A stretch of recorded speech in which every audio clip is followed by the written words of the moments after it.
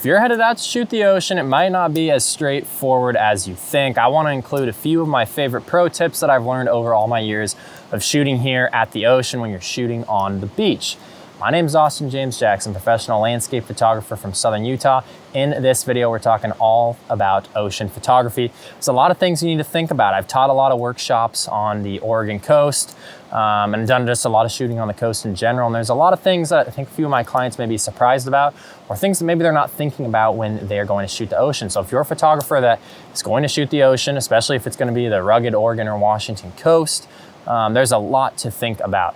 So we're gonna talk about 3 tips. We're gonna kind of dive a little deep into those 3 tips today, talk about those 3 things. Hopefully that'll help you guys to take ultimately better images. Now, first things first, it's really important to choose the right shutter speed. For a lot of landscape photography, our shutter speed doesn't really matter. We simply wanna properly expose the image.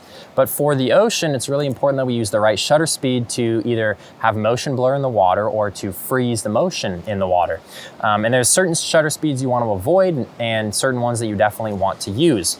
Usually for the ocean, it's gonna look best to have a shutter speed where it's a long exposure, so you're kind of smoothing out the motion, unless you're trying to shoot like crashing waves and stuff like that. But for the most part, you're gonna wanna do a longer exposure. Now, my general rule of thumb is I like to have exposures that are somewhere around half a second on the faster end to maybe 2 to 3 to maybe even 5 seconds on the longer end for an ocean. Now for waterfalls, I usually like to go a little bit shorter, but for the ocean, that's usually what I like to do. And again, that's totally gonna depend on the weather, how far those waves are breaking and crashing, how many waves there are, all sorts of things. So as always with the shutter speed, I recommend playing around with it and trying to figure out what shutter speed is gonna look best. I do see some photographers that'll go to the ocean, they'll throw on their 10-stop ND filter, and they will just blur the heck out of the water. They'll get a 30-second or even longer exposure. Don't do an exposure this long. Usually once you get longer than 5 seconds, you start to really smooth out the ocean and smooth out the water into where it almost looks like a lake. And that's not really ideal. You don't generally want to do that. So try and stick around that, 1 to 5 second mark. And of course, test it out, see what looks best. Take lots of exposures when you're at the water. You can achieve this shutter speed by, of course, you're always gonna wanna run a polarizer when you're shooting it around the ocean, almost always. I'm using the polarizer. You can also stack that as well with like an ND filter. If you've got like a 5-stop ND is probably the most you'll ever need.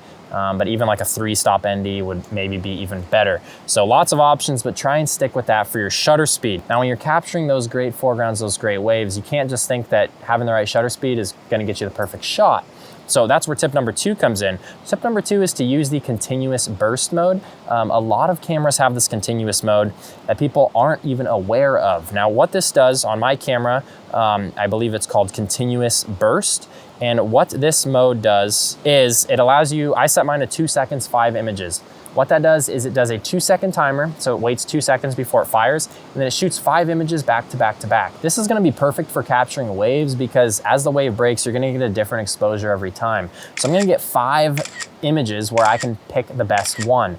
I usually, if I'm using the 2-second timer, I'll like to hit that right as the wave is just beginning to break. So that way I can get the wave crashing and maybe some streaks and some motion blur in my image. Now, if you have a shutter remote, you can of course use that as well. And you can just turn the shutter release on and let it fire images for multiple seconds. But I know a lot of people don't carry one or they don't want to use one. And if you're in the water, it's one of those things where it's kind of just one more thing you have to hold.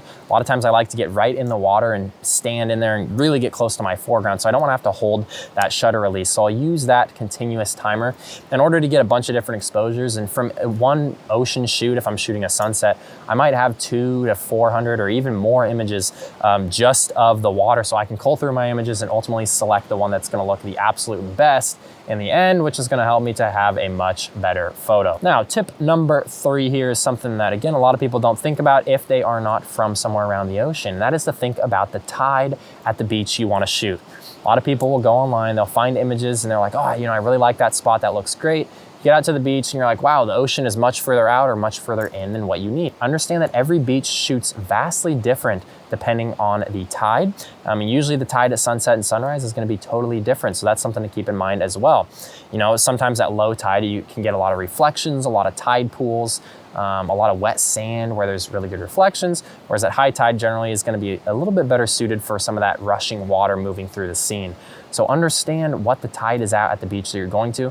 It's always nice if you can get to the beach really early to scout out what you want. But at the same time, like right now, I'm out here a couple hours before sunset. I can't really find the composition that I want if I'm gonna be shooting in the water, because the tide is going, tonight, the tide is gonna be going out quite a bit more before we get to sunset. So that's something that I'm keeping in mind. So I'm gonna have to scramble to find a composition late if I'm gonna shoot somewhere down there close into the water, which is something I always recommend. Get in the water if you can. A lot of times getting close to that foreground is gonna look really, really nice. It's usually really easy to find tide predictions. You can just Google search the name of the place you're going and tide table.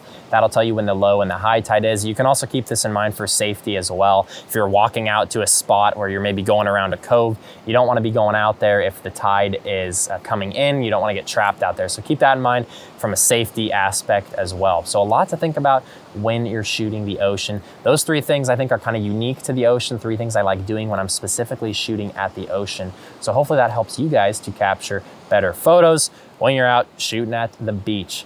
Really hope this helps you guys. If you have any questions or any advice that you like using yourself, anything like that, any comments, let me know down below. I try and respond to every single comment. And of course, I really, really appreciate you guys checking this out.